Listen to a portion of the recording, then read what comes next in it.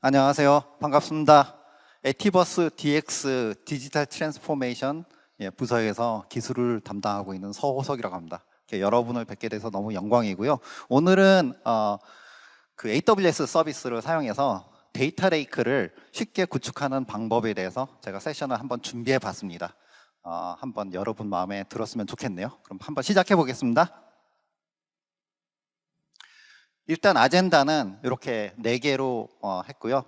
일단 데이터 레이크의 기본을 설명하는 인트로덕션, 그 다음에 금융회사의 데이터 레이크. 금융회사의 데이터 레이크라고 그 소재를 붙인 이유는 금융회사의 데이터 레이크가 요구하는 수준이 있기 때문에 요 금융회사의 수준을 만족시키면 다른 그 금융이 아닌 업무에서도 좀 더 완벽하게 구축을 할 수 있다고 여겼기 때문에 이렇게 그 부제를 붙여봤습니다. 그 다음에 실제 이제 A사, 여기 금융사입니다. A사에서 데이터 레이크를 구축한 사례에 대해서 설명을 드릴 거고요. 마지막으로 데이터 레이크를 쉽게 구축할 수 있는 방법에 대해서 짧게 설명을 드리도록 하겠습니다. 자, 일단 데이터 레이크 기본이고요. 데이터 레이크라는 거는 기본적으로는 정형 데이터건 비정형 데이터건 일단 모으는 게 중요하겠죠. 그래서 여기 큰 정의에도 썼다시피 일단 저장을 할 수 있는 리파지토리, 즉 저장소죠. 저장소를 의미합니다. 이게 정형이 됐든 비정형이 됐든 또 반정형이 됐든 일단 모으는 게 중요하기 때문에 모으는 저장소라고 생각해 주시면 되겠습니다. 자, 데이터 레이크라는 개념이 물론 이 데이터 레이크라는 개념도 나온 지 지금은 이제 수년이 지났습니다만 사실 데이터 레이크 전에는 데이터 웨어하우스라는 게 있었죠. 그래서 요 두 개의 차이점에 대해서 간략히 설명을 좀 드려볼게요. 우선 데이터 레이크 같은 경우는 데이터의 원형태를 보관하죠. 원형태를 보관하기 때문에 데이터는 있는 그대로 보관하는 게 특징이고요. 반면 이제 데이터 웨어하우스 같은 경우는 어떤 형태가 있는 구조화된 형태로 저장을 하는 게 목적이겠죠. 그게 좀 다르다 할 수 있고요. 두 번째 거랑 연결이 되는데 스키마 요건에 대해서도 데이터 레이크는 어떤 원형 형태로 저장을 하기 때문에 이런 사전 스키마라든지 이런 게 필요가 없습니다. 하지만 데이터 웨어하우스 같은 경우는 그렇지가 않죠. 저장 전에 반드시 어떤 포맷이 있어야 되고요. 포맷이라 하면 왜냐하면 데이터 웨어하우스는 결국은 DBMS에 저장을 하기 때문에 DBMS에서 요구하는 그 포맷에 맞춰서 저장을 해야겠죠. 그렇기 때문에 반드시 스키마가 필요합니다. 요게 차이가 되겠고요. 데이터 신뢰성 같은 경우는 데이터 레이크는 아까도 설명드렸듯이 일단은 모아서 저장하는 것이 목적입니다. 따라서 데이터 신뢰성이 그렇게 중요하진 않아요. 일단은 모으는 게 중요하기 때문에 신뢰성은 데이터 웨어하우스에 비해서는 좀 떨어질 수도 있습니다. 단지 데이터 웨어하우스 같은 경우는 이미 이제 어떤 DBMS 포맷에 맞춰서 저장이 돼야 되기 때문에 당연히 신뢰성은 올라갈 수밖에 없겠죠. 이런 차이가 있겠고요. 마지막으로 설계 지향점은 제가 누차 설명드렸습니다만은 데이터 레이크 같은 경우는 어떤 성능이나 이런 요건들보다는 일단 저장하는 게 중요하기 때문에 이 저장의 효율성, 즉 이게 확장성이 커야겠고 그리고 또 여기에 대한 비용이 또 너무 무지막지하게 들면은 아무도 안 하려고 그러겠죠. 그렇기 때문에 이런 효율성과 볼륨을 우선시해서 설계하는 게 특징이라면은 웨어하우스 같은 경우는 아무래도 DBMS에 저장을 하는 형태이기 때문에 성능이 빨라야 됩니다. 그래서 빠른 쿼리 성능을 제공할 수 있도록 설계하는 것이 차이가 되겠습니다. 핵심 요소들에 대해서 제가 5가지 항목을 좀 적어봤습니다. 카탈로그, 검색, 사용자 액세스, 데이터 수집, 처리 및 분석, 요 4개. 그리고 마지막 항목은 뭘까요?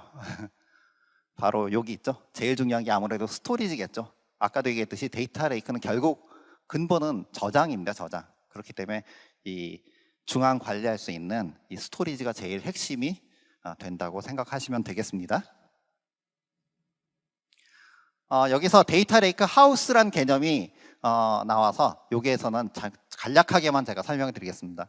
아까 제가 데이터 레이크와 그리고 웨어하우스의 차이에 대해서 설명드렸는데 레이크 하우스라는 거는 결국 이 데이터 웨어하우스와 데이터 레이크의 장점들을 모두 모아서 합쳐가지고 효율성을 높인 개념이라고 생각하시면 되고요. 그러면은 이 데이터 레이크를 AWS에서 바라보는 거는 좀 다를 게 있는지 한번 볼게요.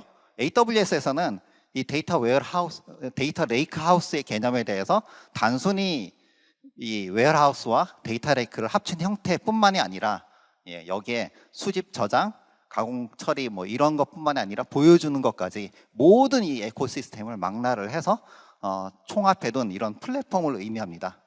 그래서 그 밑에 제가 일일이 하나하나 읽진 않겠지만 이 데이터 레이크의 필수 요소 요거는 AWS 공식 사이트에서 제가 그 복사를 해서 붙여 넣은 거고요. 보시면은 AWS에서 생각하는 데이터 레이크 하우스는 이 총합적인 이 형태의 플랫폼이다. 이렇게 이해를 해주시면 되겠습니다. 자, 간단한 소개를 짧게 드렸고요. 금융회사 데이터 레이크. 금융회사 데이터 레이크는 과연 금융이 아닌 곳의 데이터 레이크의 차이가 뭐가 있을까요?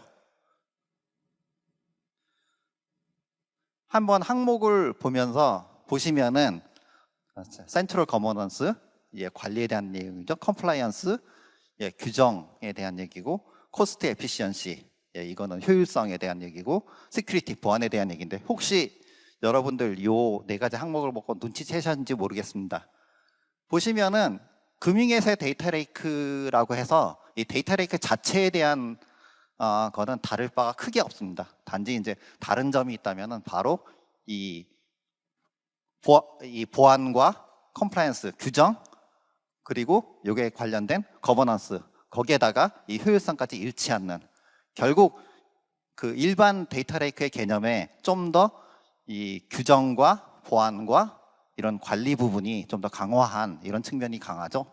그래서 이렇게 네 가지 항목을 보시면은 좀 더 쉽게 이해가 되실 거라고 믿습니다. 좀 더 세세하게 쓴 내용인데요. 제가 일일이 항목 하나하나 다 읽지는 않겠습니다. 보시면은 아까도 얘기했듯이 규정 준수, 다중 계정 지원, 뭐 인증, 권한 부여, 암호화, 사설 네트워크 연결 다 보시면은 규제, 보안, 감사 뭐 이런 내용들이죠. 금융권에서는 결국 이런 것들에 대한 준수 여부가 굉장히 중요하다고 생각을 해주시면 되겠습니다. 여기서 특별한 거는 이 위에 규정 준수와 다중 계정 지원이라는 요 항목이 약간 좀 봐주시면 도움이 될 듯한데 특히 이제 이 다중 계정 지원이라는 거는 다중 계정으로 하지 않아도 어떤 규정이나 이런 보안을 지키게 할 수는 있어요. 단지 차이는 뭐냐면은 금융권 같은 경우는 어떤 이런 서비스별 또는 부서별로 각각 계정을 다 나눠서 구축하는 경우가 많은데 이럴 경우에 감사 측면에서 또한 보안 어떤 권한 부여라든지 감사 이런 측면에서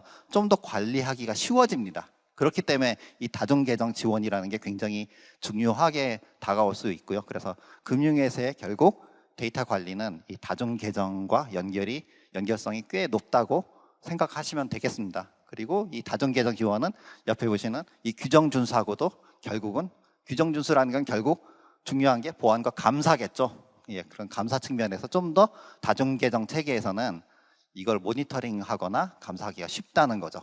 그래서 이렇게 이해를 해주시면은 될 것 같습니다. 요거는 금융권에서의 데이터 레이크 보안 계층을 나눠놓은 표인데요. 보시면은 약간 좀 더 촘촘히 돼 있죠. 금융권이 아닌 곳이라 그래서 이런 것들 안 지키는 건 아니겠지만은 금융권 같은 경우는 좀 더 레이어가 약간 촘촘히 돼 있는 걸 보실 수 있을 겁니다. 그래서 맨 밑에 보시면 아까도 제가 금융권에서 특히 중요하다고 생각되는 멀티 어카운트 관리. 결국 이 어떤 서비스별 또는 부서별로 어카운트를 촘촘히 나누는 이런 얘기겠죠. 그렇게 함으로써 감사와 보안 이런 설정 같은 거를 좀 더 구체적으로 이렇게 개별적으로 설정을 해서 감사를 하겠다는 그런 의미입니다. 아이덴티티 앤 액세스, 네트워크, 인프라스트럭처, 데이터, 어플리케이션, 아이덴티티 앤 액세스 이렇게 좀 더 촘촘히 나눠지신 거를 보시게 될 겁니다. 결국 금융권에서는 이렇게 나눠진 계층별로 이게 좀 촘촘히 돼 있는 거를 보시면 되겠습니다. 잠깐 쉬어가는 페이지를 제가 마련했습니다. 혹시 여러분 이 여기 피터 노빅이라는 분 아시는 분이 있어요? 만약에 아시는 분 있으면은 자리에 서서 애인의 이름 또는 좋아하는 사람의 이름을 크게 3번을 외쳐주세요.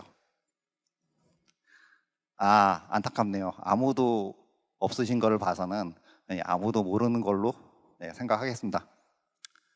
아, 죄송합니다. 잠깐 장난 쳐봤고요. 좀 농담이 썰렁했더라도 관대하게 용서해 주시기를 바랍니다. 피터 노빅이라는 저도 존경하는 유명한 공학자인데요. 지금 현재는 스탠포드 AI 연구소에서 일을 하고 계십니다. 이분이 한때 이런 말을 했는데, 우리는 더 좋은 알고리즘을 가진 게 아니고 더 많은 데이터를 가졌을 뿐이다 라고 발언을 하신 적이 있는데, 굉장히 유명한 말이고요. 이 말의 핵심은 뭐냐면은 결국 중요한 거는 데이터라는 의미죠. 결국은 알고리즘도 물론 중요합니다만은 이 데이터라는 게 이만큼 중요하고, 역설적으로도 데이터 레이크의 중요성을 알려주는 그런 발언이라고 생각이 됩니다. 잠깐 이렇게 쉬어가는 페이지를 가져봤고요. 자, 그러면 실제 A사의 데이터 레이크를 어떻게 구축했는지 사례를 설명드리는 자리를 갖도록 하겠습니다. 우선 A사의 고민에 대해서 말씀을 드리면은, A사라고 해서 이 데이터를 관리를 하는 저장소가 없었던 건 아니에요. 당연히 어떤 데이터를 관리를 하는 저장소가 있긴 있었습니다만은, 단지 이 큰 중앙이라고 하기엔 그렇지만 이렇게 크게 저장하는 곳만 있었던 게 아니라 여기저기 데이터들이 흩어져 있었어요. 그래서 이 흩어진 데이터들에 대한 관리 방안, 그리고 향후 구축할 때 이런 것들을 어떻게 모아서 어떻게 보안을 구성하고 어떻게 관리를 할지, 여기에 대한 고민이 많았고요. 그리고 마지막으로는 이제 온프레미스에서 클라우드로 이전을 했을 때 이 기존에 운영하던 시스템들을 그대로 이전을 하는 게 맞는지, 아니면 AWS에 맞춰서 다 바꿔야 되는지, 이런 것들에 대한 고민이 많았습니다. 그리고 두 번째는 이 업체 같은 경우, 이 고객사 같은 경우는 이 고객사의 인프라 시스템을 관리를 해주는 운영 유지 보수 파트너가 있었는데, 이 파트너 같은 경우는 온프레미스 위주로 이 유지 보수를 해주다 보니까 이 A사 고객사의 히스토리라든지 그리고 온프레미스 시스템에 대해서는 잘 알고 있었습니다만은 AWS에 대한 이해도라든지 전문성이 부족했고요. 그리고 또한 데이터 레이크에 대한 이해도도 그렇게 높은 편은 아니었어요. 그래서 저희 에티버스가 이렇게 도와드렸습니다. 어떻게 도와드렸냐면은, 결국 그 파트너 유지보수하는 컷 파트너 업체가 저희 에티버스에 총판십을 계약을 맺고서 저희 파트너로 전환을 했고요. 저희 파트너로 전환함으로 따라서 어떤 기술, AWS 관련 기술이라든지, 실제 이제 기술 교육 쪽에서 멈춘 게 아니라 실제 이제 프로젝트를 구축하잖아요. 구축할 때 같이 했습니다. 같이를 해서 이런 식으로 아키텍처를 짜면 되고 어떤 식으로 이전을 하면 된다든지 하는 거를 저희랑 같이 하면서 AWS에 대한 이 지식을 쌓게 되는 계기가 생겼습니다.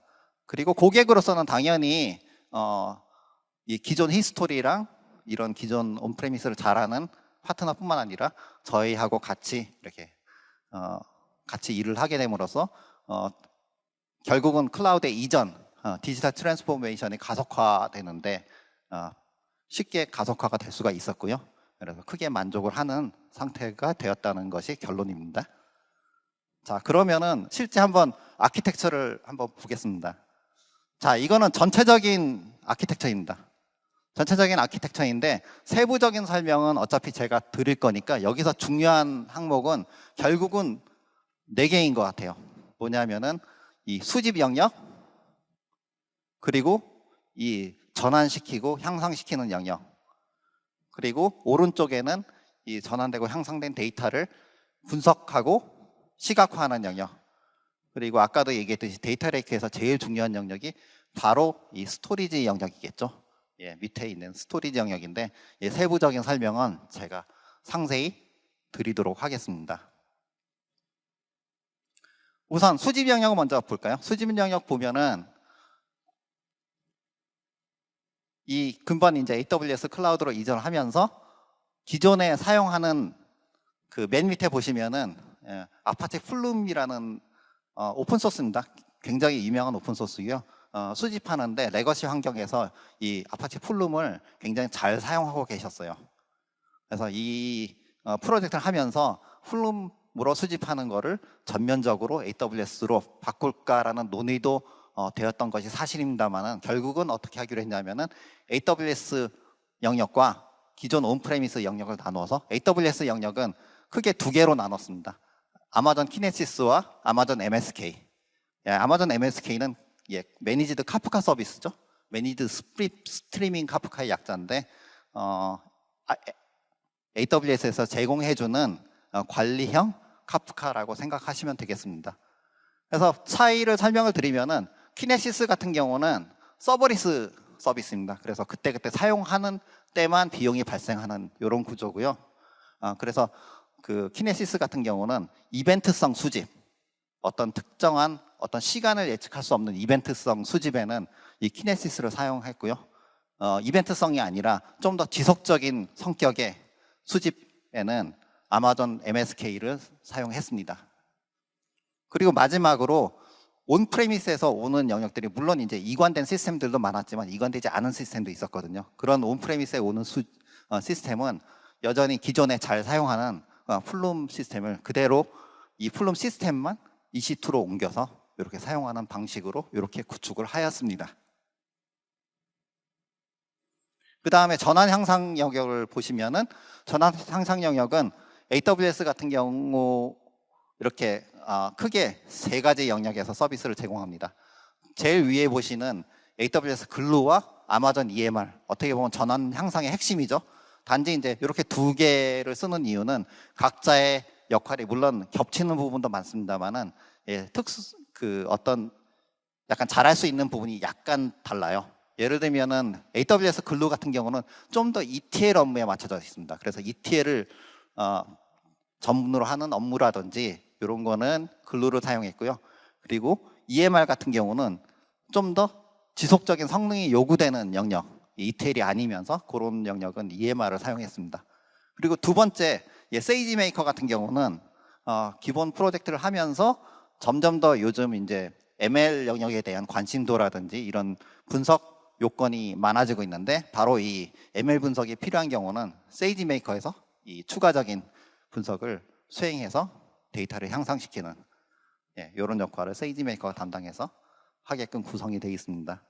그리고 마지막으로 보시는 이 글루 데이터 카탈로그와 하이브 메타스토어, 이게 굉장히 중요합니다. 왜냐하면은 바로 이 데이터 레이크 아까 일단 집중해서 중앙에 다 모아놓는다고 말씀하셨는데 바로 관리 영역을 어떻게 보면은 관리 영역의 핵심이라고 생각하시면 되고요.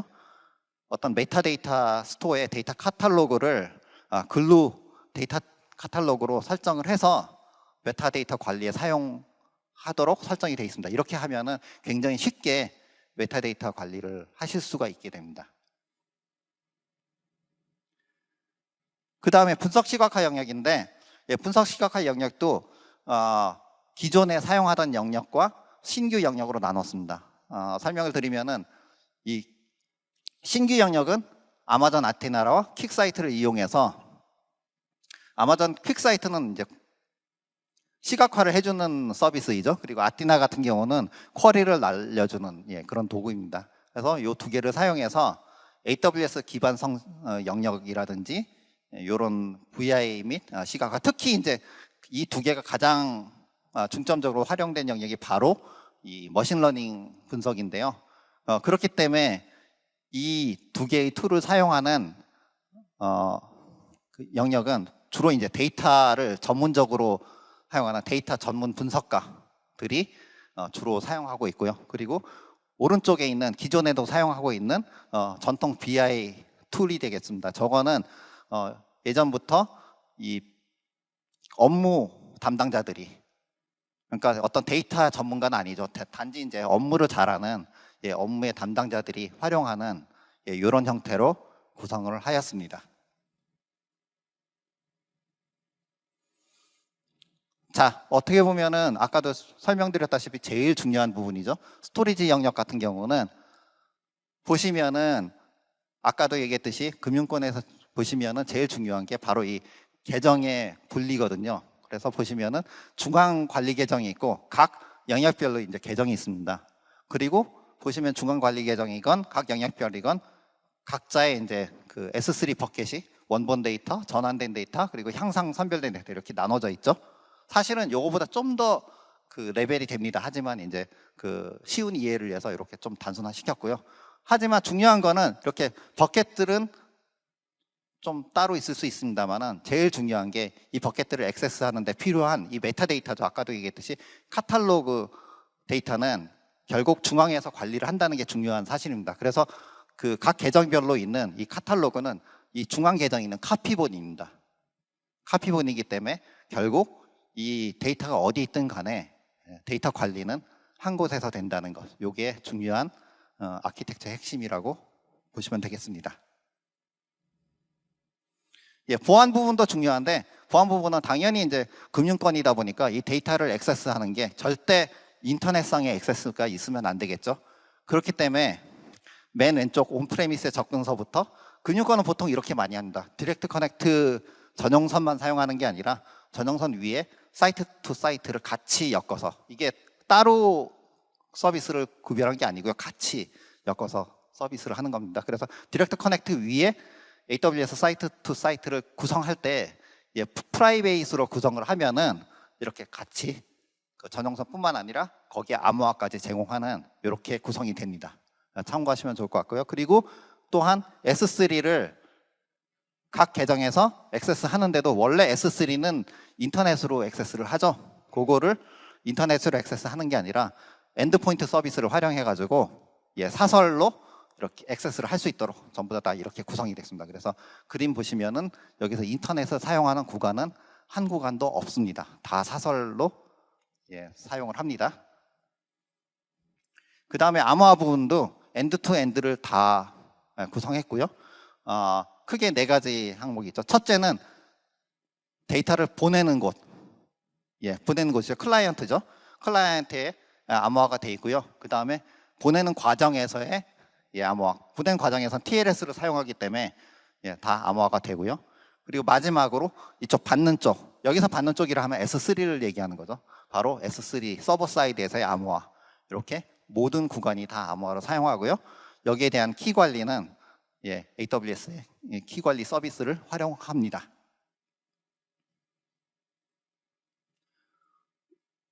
아까도 얘기했듯이 중요한 게 바로 권한 부여라든지 감사하는 방법인데요. 권한 부여 같은 경우는 특히 이 부분을 보시면은 데이터뿐만 아니라 이 메타데이터에 대한 접근까지도 모든 접근은 역할, 롤이라고 IAM 롤이라고 부르죠. 역할을 통해서 권한을 부여받도록 이렇게 설계가 되었습니다. 그리고 감사 같은 부분은 클라우드 트레이를 이용해서 클라우드 트레이를 이용하면은 S3의 모든 액션들, get, put, delete 등등 모든 액션들에 대해서 감사가 되고요. 뿐만 아니라 그 인프라 레벨뿐만 아니라 아마존 EMR에서는 어플리케이션 레이어의 쿼리 부분까지도 로깅이 되거든요. 그래서 물론 이제 아마존 EMR에 어떤 엔진을 사용하냐에 따라서 좀 차이는 있을 수 있습니다. 그래서 그 부분은 어떤 엔진을 사용하는지 좀 보셔야 되겠습니다만은 가급적이면은 어플리케이션 레벨까지의 감사를 해주시면은 크게 도움이 될 것 같습니다. 이렇게 모든 영역을 어플리케이션 레이어까지 감사를 설정했다는 게 중요한 것 같습니다. 자, 그래서 결과는 기존의 파트너를 저희 채널 파트너로 전환을 시켜서 같이 이 프로젝트를 진행하였고, 그래서 원활히 구축을 할 수 있게 되었습니다. 물론 원활히 구축해왔다는 게 문제가 전혀 없었다는 건 아닌데 이슈가 당연히 있었고요. 그때마다 잘 해결을 해서 구축을 했고, 결과는 데이터 분석 영역은 206% 정도 확대가 됐고요. 물론 여기서 206% 확대라는 건 단순히 프로젝트만의 결과는 아닙니다. 사실은 요즘 분석 요건이 계속 늘어나는 추이기 때문에 거기에 대한 영향도 배제를 할 수는 없습니다. 그리고 성능 같은 경우는 평균 분석 업무 처리 시간이 58% 단축됐습니다. 근데 이 58% 단축이야말로 굉장히 좀 겸허히 적은 거고요. 사실 여기에는 일부 배치 성능, 좀 굉장히 긴 배치 성능은 여기에 포함이 안 되는데 어떤 배치 성능 같은 경우는 5배 막 이렇게 개선된 배치까지도 포함하면 이거보다 훨씬 더 단축되었을 거라는 게 저 고객사도 그렇고 저희 추정입니다. 이렇게 잘 진행이 되었다는 점을 알려드리고 싶습니다. 자, 마지막으로 말씀드리고 싶은 거는 저희가 이렇게 구축 사례를 말씀드렸는데 이거보다 좀 더 쉽게 데이터 레이크를 구축할 수 있는 방법이 없냐? 있죠. 근데 참고로 말씀드리면은 이걸 다음 장을 보고서 말씀드리는 게 맞겠네요. 바로 AWS 레이크 포메이션이라는 서비스를 사용하는 건데요. 레이크 포메이션이라는 거는 아까 말씀드린 이런 굉장히 복잡한, 특히 이제 금융권에 어떻게 보면 어울리는 작업들이라고 하겠죠. 이런 보안이라든지 어떤 관리 프로세스 그리고 감사 이런 것들을 굉장히 쉽게 해줄 수 있는 서비스입니다. 여기서 참고로 말씀드리면 저희 프로젝트는 그러면 데이터 레이크 포메이션을 사용했을까요? 아닙니다.